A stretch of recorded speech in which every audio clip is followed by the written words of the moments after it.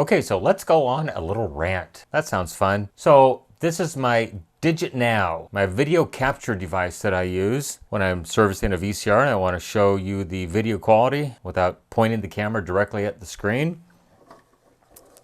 So this thing allows me to connect either an HDMI input, a component input, or a composite input. If I press the buttons, it does change. So we'll change it over to composite. It takes some time to switch. There we go. CVBS is the composite video input. And as you can see, it's in the 720p mode. So every time I've used this, well, I shouldn't say every time. Most times that I've used this, especially if I'm playing back a VHS tape, there's interference in the picture. And I'll try to link a little video that I just shot earlier today with that interference. And I thought, well, it's something around here. It's my video lights because they are a high frequency switch mode power supply, or it's my monitor that I use that I have set up here on my bench so I can see what I'm actually filming, or it could be a host of other items. I have a cordless dual charger that's always plugged in 24/7. I have a tablet set up so I can watch my cameras outside while I'm working to make sure no one is like walking around my property. Host of other power supplies plugged in. Cell phone chargers, solder station, power supplies, just tons and tons of little wall warts plugged in all over the place. So nevertheless, I thought, you know what? I connected this VCR that I was servicing directly to my monitor with the composite video output. So no digital anything going on right here, just the yellow, red, and white cables. So video, left channel audio, and right channel audio. And I still got the interference. Lo and behold, as soon as I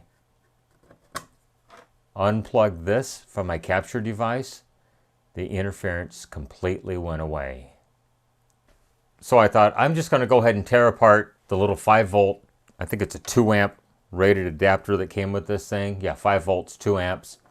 And just see what kind of suppression do they have in this thing. And come to find out, there is none. No suppression.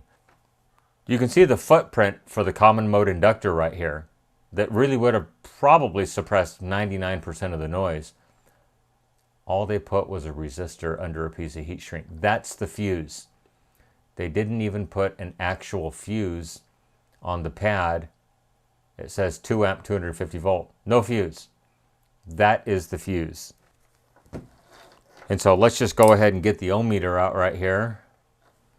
And we'll just go ahead and measure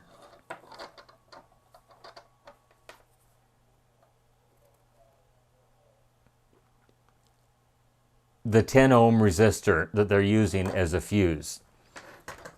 There is no suppression in this unit. There's not even a capacitor across the AC input whatsoever.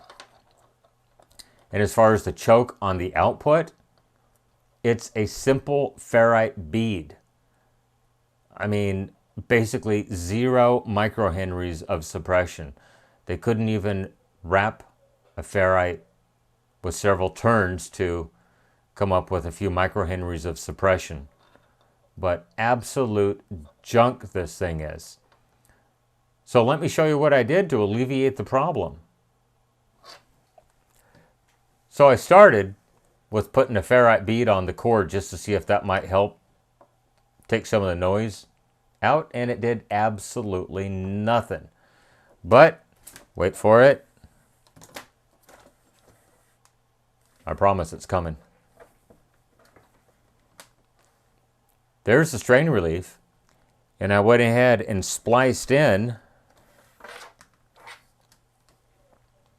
a USB Type A plug. So that way I can just go ahead and plug this thing into any USB cell phone adapter that I have.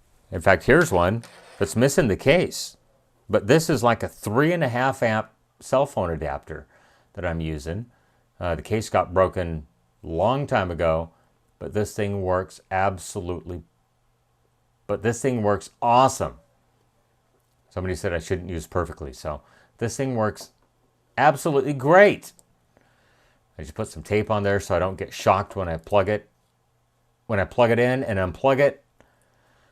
And I went ahead and connected this thing back up. Just like that. Plugged it into my video capture device. Hooked up that same VCR, and lo and behold, no noise whatsoever. So what was going on was this adapter is so noisy. It's like a little miniature AM radio transmitter. It's putting out so much RFI that it was actually getting in to the video amplifier circuit from the video heads. Because remember, we're talking about microvolts that we have to amplify from the video head to be able to show it as a usable video signal. Taking these little 19 micron swatches off of the videotape and amplifying it to a usable magnitude. And this thing is just a spurious emission. I mean, it's just nasty. It's like constant electronic diarrhea is all this thing is.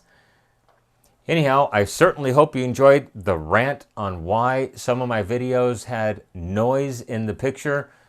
Rest assured, that is now alleviated. Everyone have a great day. Thanks for sticking with my rant. Bye-bye.